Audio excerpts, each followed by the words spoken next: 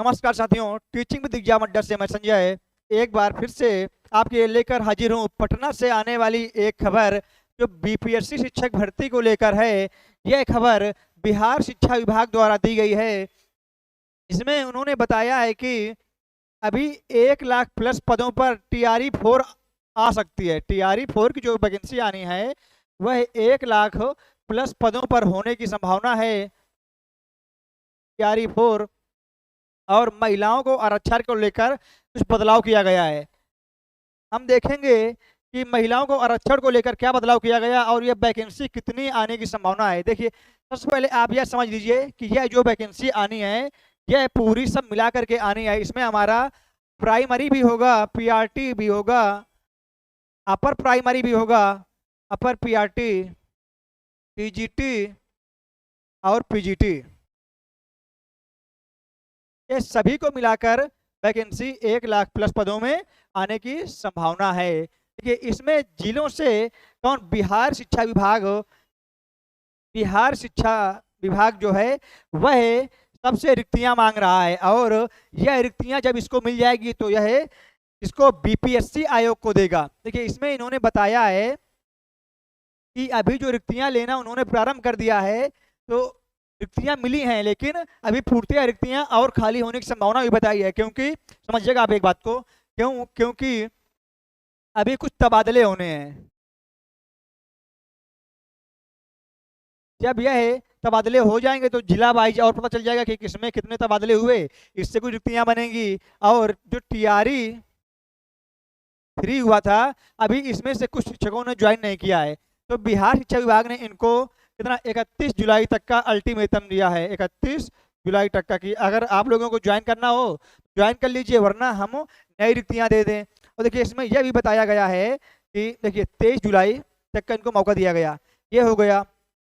इसमें अब यह भी बताया गया है कि जब यह रिक्तियां पूर्णतः मिल जाएंगी, यह रिक्तियां पूर्णतः मिलने की संभावना अगस्त माह में बताई है कि अगस्त माह तक यह रिक्तियां पूर्णतः मिल जाएंगी और बिहार शिक्षा विभाग बीपीएससी आयोग को अधियाचना भेज देगा। जब अधियाचना भेज देगा तो इसके बाद सितंबर में वैकेंसी आने की संभावना बताई है। सितंबर में वैकेंसी आने की संभावना बताई है, क्योंकि समझिएगा आप बात को, क्योंकि यहाँ पर नवंबर में होने हैं चुनाव, नवंबर में होना है यहाँ चुनाव। इसके पहले सितंबर में यहाँ लगनी है आचार संहिता।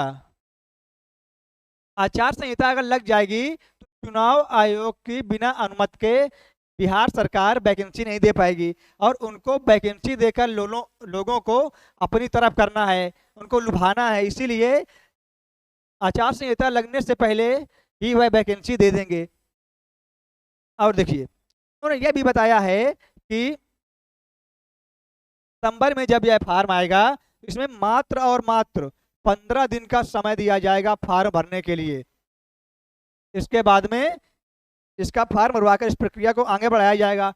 यानी कि अगर देखें तो नवंबर तक एग्जाम करवाने का या फिर नवंबर के बाद एग्जाम हो जाएगा। देखिए, इसकी चुनाव के बाद जब रिजल्ट आएगा तो इसकी जो नियुक्ति पत्र होंगे वह अगली सरकार ही बांटेगी। अगली सरकार कौन बनेगी यह तो बाद में पता चलेगा ना, ये होगा।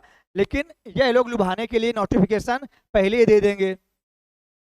इन्होंने देखो यह भी बताया है कि अभी तक 3 TRE करवा करके इन्होंने 2,67,000 पदों पर वैकेंसी दे चुके हैं, जिसमें से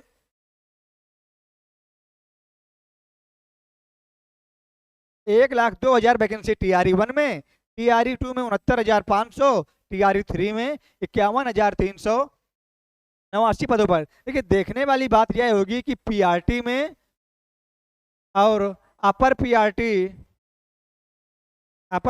में और TGT में और PGT में कितने पद आएंगे। यह पद जब इसका नोटिफिकेशन आएगा तभी पता चल पाएगा।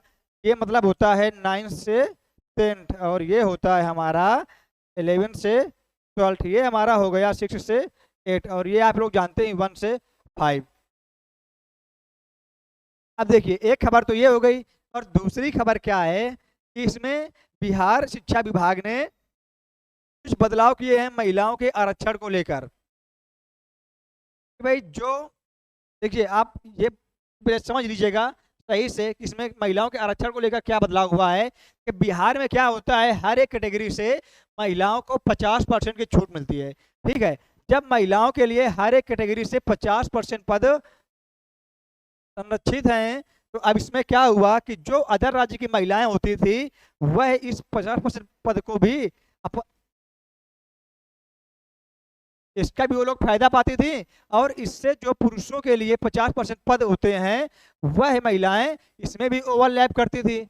तो वहाँ अदर राज्यों की महिलाओं के लिए दोहरा मौका था, यानी वो पुरुषों के पदों पे भी ओवरलैप और महिलाओं के पदों में भी उनका हक था। लेकिन अब क्या होगा कि जो ये 50% पद थे, आप लोग समझिएगा पहले ये चीज कि पीआरटी में 50% पदों पर आरक्षण है। इसके अलावा जो अन्य हैं यानी अपर प्राइमरी टीजीटी या पीजीटी यानी जो अदर हो गए, इनमें 35% पदों पर पीआरटी में 50%, जो सीन यहाँ पर है वो सीन यहाँ पर भी बनेगा। लेकिन अब क्या होना है कि यह जो पद थे इनसे दूसरे राज्यों की महिलाओं को कोई फायदा नहीं मिलेगा, क्योंकि यह पद अब केवल बिहार राज्य की महिलाओं के लिए ही संरक्षित रहेंगे। और यह जो पुरुषों के पद हैं इसमें यहाँ की यानी दूसरे सब राज्यों की महिलाएं क्या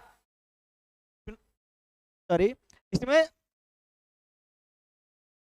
इसमें आकर के अब वह लड़ेंगी, और यह पद पुरुषों के लिए कहाँ, बिहार राज्य के पुरुषों के लिए प्लस अदर राज्यों के भी पुरुषों के लिए संरक्षित हैं।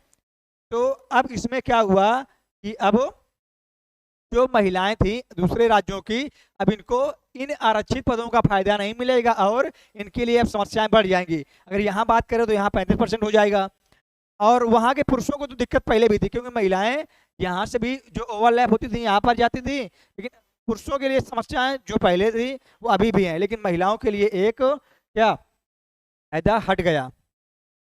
और यही था, अब देखेंगे जब इसके पद आएंगे, जब इसका नोटिफिकेशन आएगा तो उसमें सभी के पद दिए होंगे कि पीआरटी में कितने, टीजीटी पीजीटी में।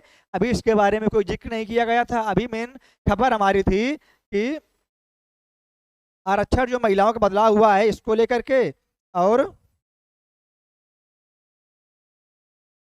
क्या 1 लाख पद कैसे आएंगे, कब आएंगे, हम लोगों ने देख ही लिया।